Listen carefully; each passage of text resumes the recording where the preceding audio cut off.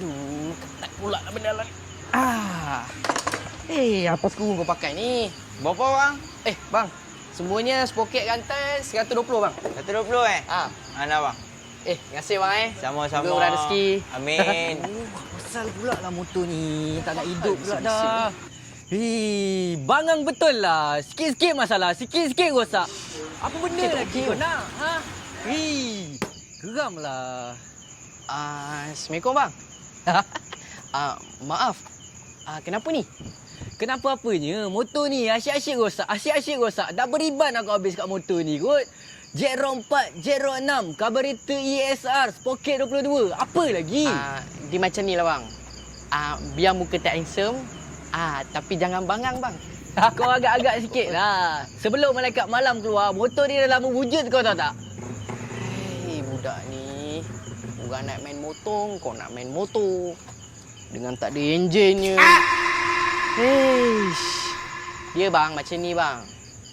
Orang nak main motor ni kena bijak bang. Bijak? Bijak apa kau ni? Bijak lah bang. Bijak ni, abang boleh renew insurans dengan otak tau. Sekarang ni kita tak payah nak beratur panjang dah. Semuanya dalam telefon je. Uish, serius abang?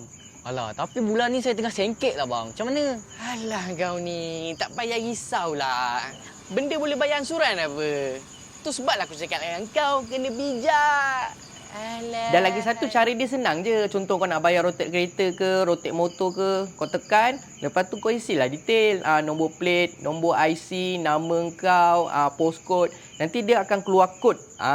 Kan senang? Oh, ya tak ya juga Macam ni lah.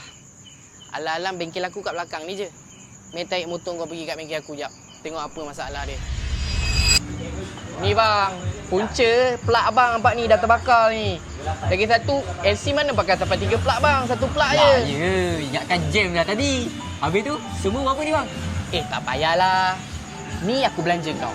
Hari ni aku tolong kau. InsyaAllah esok lusa kalau aku susah, kau tolong aku pula. Jangan macam tu bang. Abang kan meniaga. Dia macam ni lah bang. Aku percaya rezeki ni bukan setakat apa yang kita pegang bang.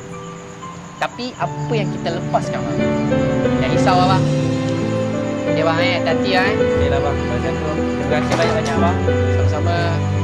Elok-elok bang. Assalamualaikum. Salam.